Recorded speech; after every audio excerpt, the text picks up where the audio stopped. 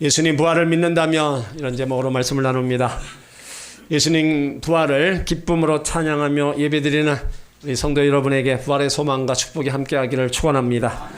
기독교는 죽음의 종교가 아니라 생명의 종교, 부활의 종교입니다. 부활은 기독교 복음의 중심입니다. 예수님 부활은 하나님 존재에 대한 증명입니다. 예수님은 이 땅에 계실 때 하나님의 뜻과 사랑을 전하셨습니다. 그리고 고난받고 죽으실 것과 다시 살아날 것을 말씀하셨어요. 그러므로 부활은 하나님의 존재와 성품과 사역을 증거하는 겁니다. 또 예수님 부활은 예수님 신성에 대한 증거입니다. 예수님은 하나님이 나의 아버지시고 내가 하나님의 아들이라 증거했습니다. 나를 본 자는 하나님을 본 자라 말씀하셨어요. 그리고 부활은 칭의에 대한 증거입니다. 모든 믿는 자가 죄로부터 자유함을 얻는다는 거예요. 그리고 예수님 부활은 영생에 대한 증거입니다. 인생의 죽음이 끝이 아니라는 것을 말씀하고 있습니다. 그리고 예수님 부활은 심판에 대한 증거예요. 이 땅에 계실 때도 심판을 주장했고 부활은 심판의 날이 다가왔음을 말하고 있는 겁니다. 그 위대한 부활, 바울이 고린도전서 15장에서 그 부활을 전하고 있습니다. 여러분들이 부활이 어떻게 이루어지고 나타나는가를 잘 알려면 고린도전서 15장을 보면 바울이 아주 자세하게 기록해놨습니다. 여러분 모두가 다 사망권세에 계신 바로 부활의 주님을 믿으십니까? 아멘. 예수님께서 죽음에서 다시 살아나셔서 부활하심을 믿으시기를 바랍니다. 아멘. 바울은 부활의 비밀을 전하기 전에 예수님 십자가와 부활을 믿어야 구원받고 하나님 나라와 부활에 참여할 수 있다고 얘기합니다. 오늘 50절에 보면 형제들아 이것을 말하노니 혈과 육은 하나님 나라를 유업으로 받을 수 없고 또한 썩은 것은 썩지 아니할 것을 유업으로 받지 못하느니라. 우리 육체는 흙으로 와서 흙으로 돌아가기 때문에 하나님 나라를 유업으로 받을 수 없습니다. 그러나 예수 믿고 부활의 소망을 가진 자마다 죽을 몸이 썩지 않을 몸으로 살기 때문에 하나님 나라를 유업으로 받을 수 있습니다. 그래서 그 하나님 나라에 대해서 이제 부활 후에 영원히 살 하나님 나라에 대해서 비밀을 바울이 얘기하는 거예요. 그래서 51절에 보면 보라 내가 너에게 비밀을 말하노라. 이 비밀 숨겨진 진실입니다. 부활에 숨겨진 진실을 바울이 공개하겠다는 거예요. 51절에 우리가 다 잠잘 것이 아니요 마지막 나팔에 순식간 호련히 변화한다. 52절 나팔 소리가 나며 죽은 자들이 썩지 아니할 것으로 다시 살아나고 우리도 변화하리라. 우리는 죽으면 육신이 썩어 흙으로 돌아갑니다. 그런데 훗날 예수님이 이 땅에 오실 때 나팔 소리와 함께 부활하면 그때는 신비한 몸으로 이 부활체로 변화되는 거예요. 썩을 육신이 예수님 부활하심으로 영화로운 몸으로 신령한 몸으로 변화되어 부활하는 겁니다. 지금의 우리의 몸이 아닌 영원히 사는 몸으로 바뀌는 거예요. 이 사실이 믿어지십니까? 아멘. 어떻게 그런 일이 일어날까 의심하면 그 사람에게는 그런 일이 일어나지 않을 겁니다. 분명히 예수님 부활이 나의 부활이라고 믿는 자에게 그 사람에게도 똑같이 부활의 역사가 일어날 줄 믿습니다. 아멘. 예수님이 부활의 첫 열매가 되셨기 때문에 우리도 부활하는 겁니다. 아멘. 53절에 이 썩을 것이 반드시 썩지 않을 것을 입겠고 이 죽을 것이 죽지 아니함을 입으리로다. 썩지 않고 죽지 않는 신비한 몸으로 호련히 변화되는 사건이 부활이라는 거예요.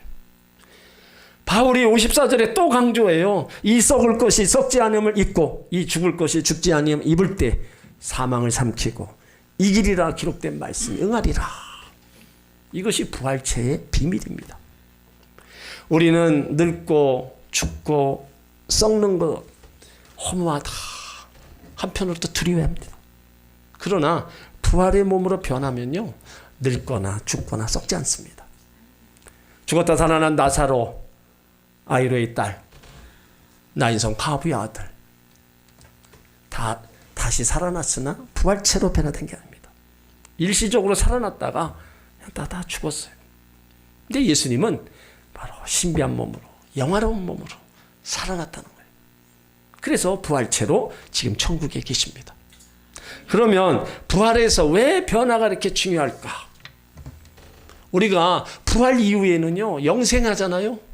그런데 지금 육체로는 영원히 살지 못합니다. 그래서 부활을 통해 영원히 썩지 않는 몸으로 변화되어야 된다는 거예요. 그러니까 부활 때는 누구나 아름다운 모습으로 새로워집니다. 여러분, 지금의 그 모습이 아닙니다. 예수님은요, 모두 천사와 같다, 이렇게 얘기를 하고 있어요. 가장 아름답고 이상적인 모습으로 변화됩니다. 땅에 묻은 사람, 화장한 사람 다 새롭게 부활해요. 죽은 자들이 먼저 일어나고 산 자들이 순식간 호련히 다 변화되어서 공중에서 주를 만나는 귀한 날이 올 것입니다. 이것이 죄에 대한 승리고요, 사망을 이긴 겁니다. 그래서 바울이 55절에 사망아 너 이기는 것이 어디 있느냐, 사망아 너희 쏘는 것이 어디 있느냐, 사망이 쏘는 것은 죄요, 죄의 권능은 율법이다. 죄 때문에 오는 사망, 이 사망 때문에 모든 죽음의 문제가 해결할 수 없었어요. 죄에서 종로로 타가 죽음으로 다 생을 마감할 수밖에 없었어요. 그러나 예수님께서 우리 죄를 짊어지시고 죽으신 다음에 다시 살아나셨습니다. 예수님 부활의 첫 열매로서 우리에게 부활의 근거와 원동력이 되신 거예요. 그래서 예수 믿는 자는 다시 살아나게 됩니다. 이 부활의 영광과 기쁨을 주신 하나님께 감사하라 말씀하고 있어요. 그래서 57절을 보면 우리 주 예수 그리스도로 말미암아 우리 가운데 이김을 주신 하나님께 감사합니다. 우리에게 소망을 가진 자마다 하나님께서 죽음에서 이기게 하셨습니다. 우리 모든 고난에서 아픔에서 이기게 해주셨어요. 그 하나님 앞에 감사드려야 될 줄 믿습니다. 예수님의 부활하심으로 우리에게 승리를 예비해 놓으셨어요. 그래서 예수님의 승리가 바로 나의 승리입니다. 예수님이 예비하신 모든 것 믿는 자의 것입니다. 그러므로 우리가 생활하면서 여러 가지 일들을 만납니다. 안 되는 일, 또한 실패를 또 좌절감을 가져왔다 할지라도 안 된다는 말보다 우리는 된다는 말을 많이 해야 돼요. 안 된다고 낙심하지 말고 될 줄을 믿고 마음의 담대함을 가져야 되는 겁니다. 왜요?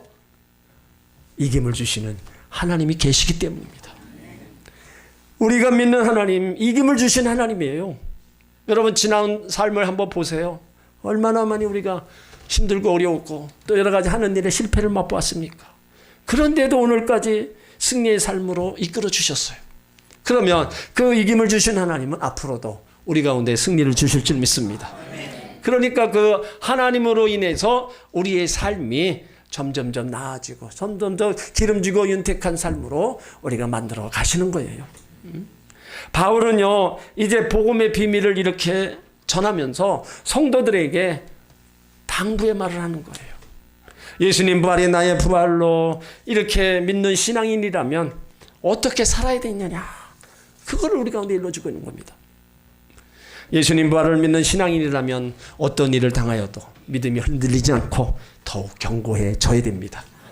오늘 58절에 보면 그러므로라는 말은 부활을 말하면서 예수님 부활을 확신하고 우리의 부활도 확실히 있으니까 이렇게 신앙생활하고 하라고 교훈하는 거예요.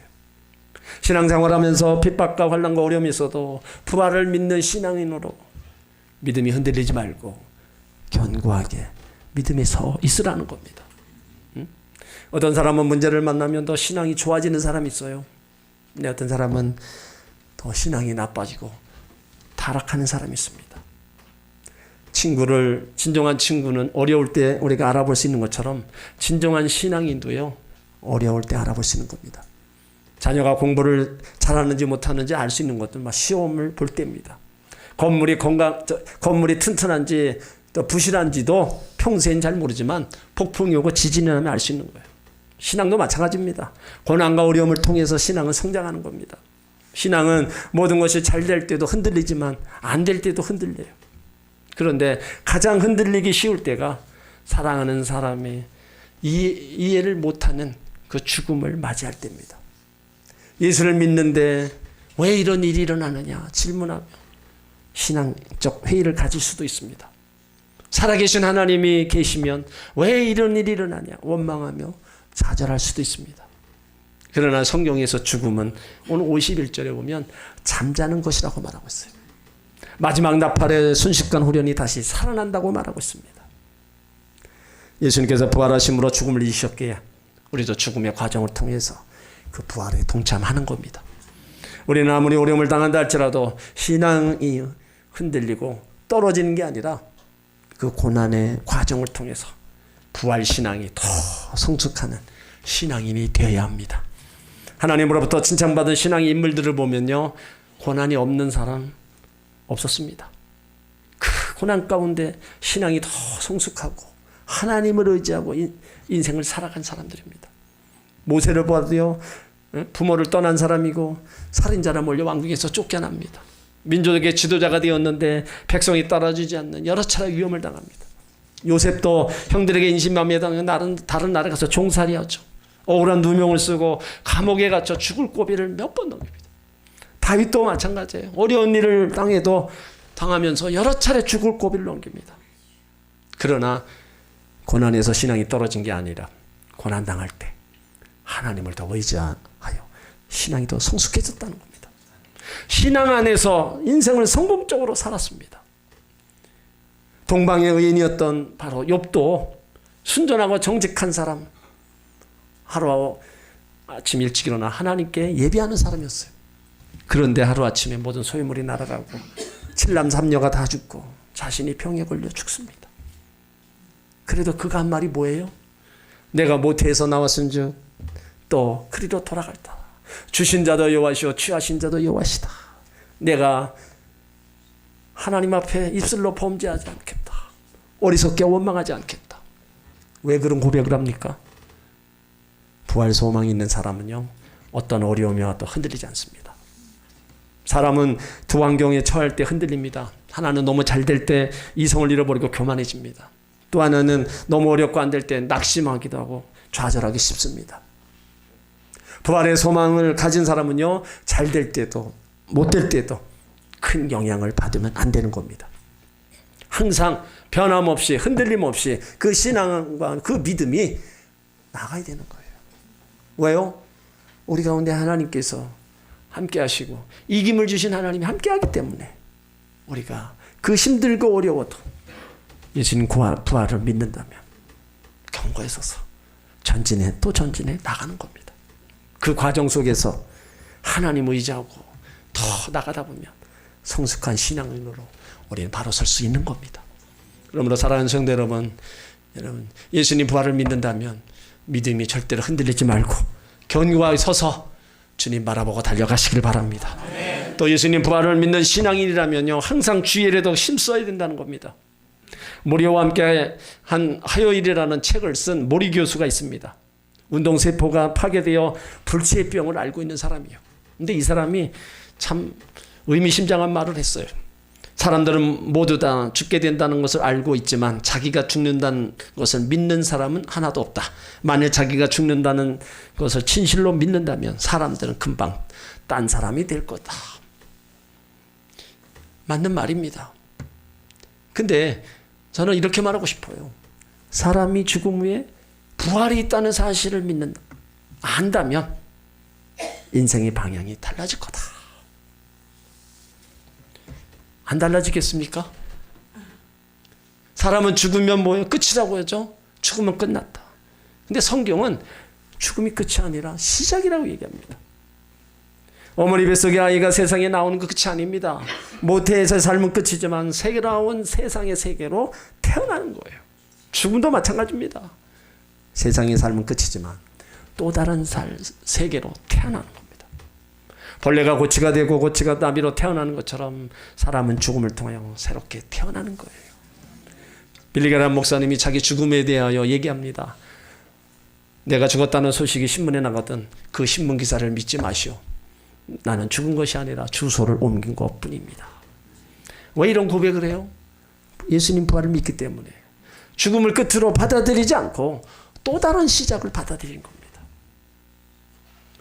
죽음에 관한 최대 연구가 하버드대 정신의학과 엘리자베스 그의 팀들이 이 죽음에 가까이 있는 사람들의 의식세계를 연구했습니다. 그리고 죽었다가 극적으로 살아난 사람들, 죽음의 상태를 체험한 사람들의 의식세계를 집중해서 연구했는데 그 결론은 모두 다 긴 터널을 통과했다는 겁니다.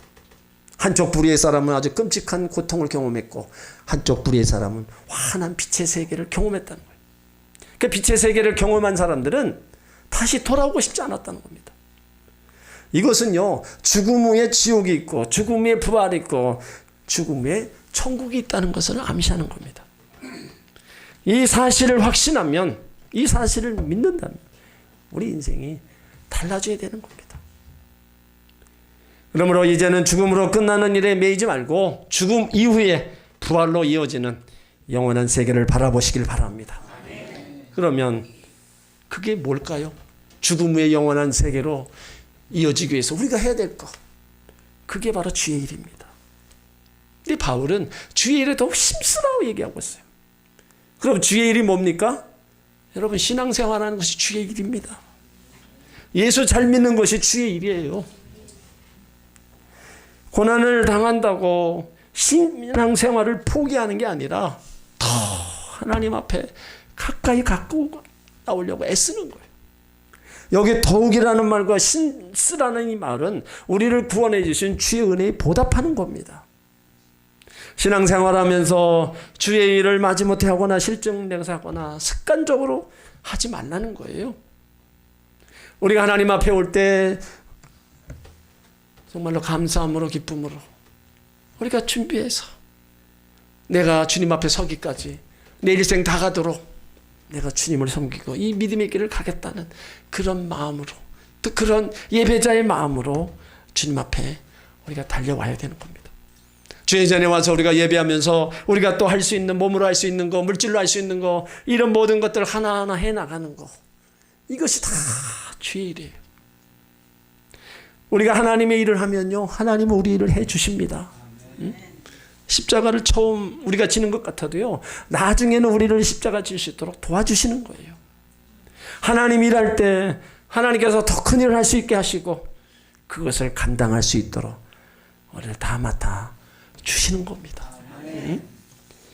우리는요, 이긴 싸움을 싸우는 사람들이고 죽음도 이긴 사람들입니다.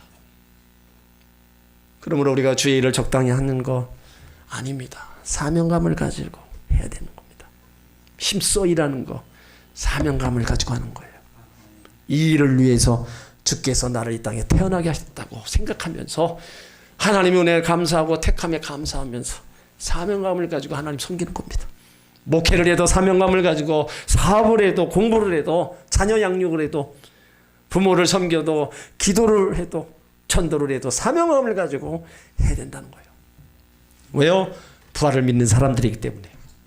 그 부활의 첫 열매가 예수님으로 인해서 나에게 열려지기 때문에 목숨 바치고 생명 바쳐 그 일들을 해나가는 거예요.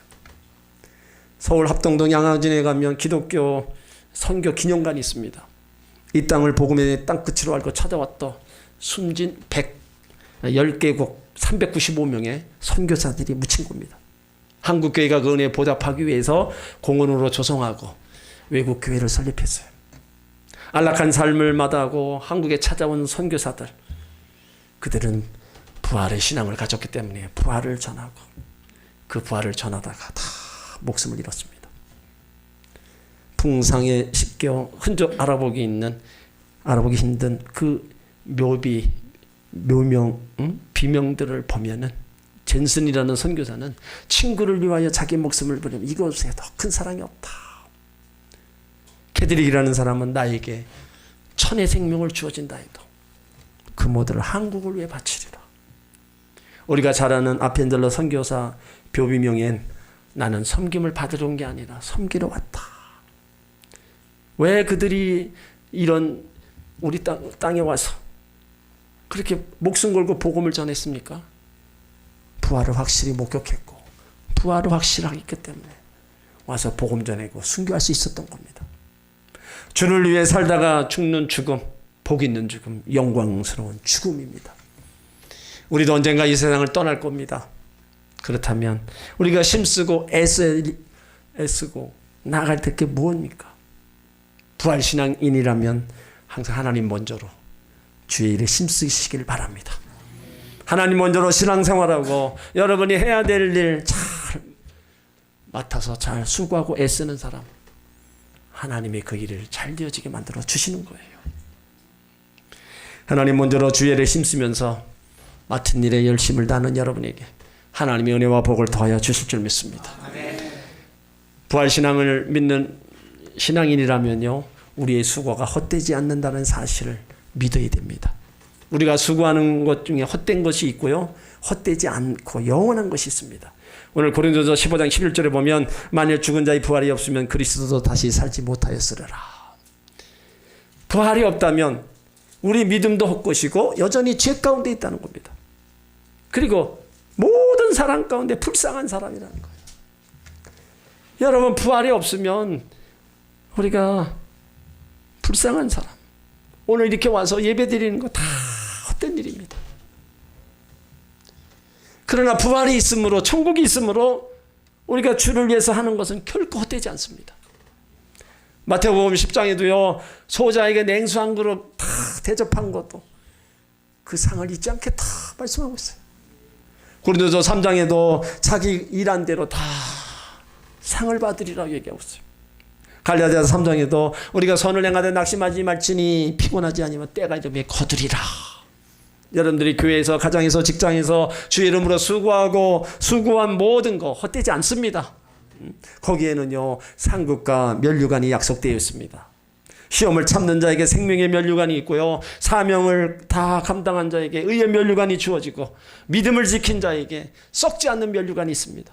순교자에게 순교자의 면류관이 있고, 목자들에게 영광의 면류관이 있고, 영혼을 사랑하는 자에게 기쁨의 면류관이 있습니다. 영적 승리자에게 자랑의 면류관이 주어지는 거예요. 바울은 면류관 받으려고 달려갔다고 고백합니다. 디모데후서 4장 7절에 내가 선한 싸움 싸우고 나의 달려갈 길을 마치고 믿음을 지켰으니 이제부로는 나를 위하여 의의 면류관이 예비되었으므로 죽어도 이루어진 재판장이 그날에 내게 주실 것이니 내게만 아니라 주의 나타나심을 사모하는 모든 자에게니라.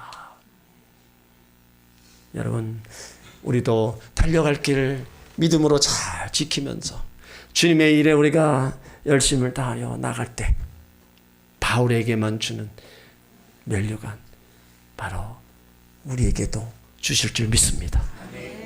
하나님 나라 가서 상급과 면류관을 받는다고 생각해 보세요. 얼마나 고귀하고 아름답겠어요. 우리가 이 땅에서 눈물 흘고 고생한 거, 언젠가 하나님이 우리 눈의 눈물을 다 닦아주실 때가 올 겁니다. 주를 위해 일하는 거 하나도 헛된 대로 돌아가지 않습니다. 부활을 믿는 신앙인이라면 우리 수고가 헛되지 않고 수고한 대로 상급과 면류관 주실 것을 믿으시길 바랍니다. 그래서 여러분들이 할 수만 있으면 더 주를 위해서 내가 해야 될 게 뭔가, 그 일들을 여러분들이 해 나가시길 바랍니다. 사랑하는 성도 여러분, 죽음의 부활이 있다는 사실을 믿으십니까? 요한복음 5장 29절에 선한 일을 행한 자는 생명의 부활로, 악한 일을 행한 자는 심판의 부활로 나와요. 그러니까 심판의 부활이 있든 생명의 부활이 있든 다 부활할 때가 있습니다. 믿은 자에게 생명의 부활이 있지만 불신자들, 믿지 않는 자들에게 심판의 부활이 주어지는 거예요. 더욱이 믿는 자에게는 예수님 부활의 첫 열매가 되셔서 그 부활을 우리 가운데도 다 열어주시는 겁니다. 우리도 예수님처럼 신령한 문 영화로움으로 부활할 것입니다. 지금의 모습이 아니라 정말로 최고의 아름다운 천사 같은 그 모습으로 다시 부활할 것을 믿으시길 바랍니다. 예수님 부활이 나의 부활입니다.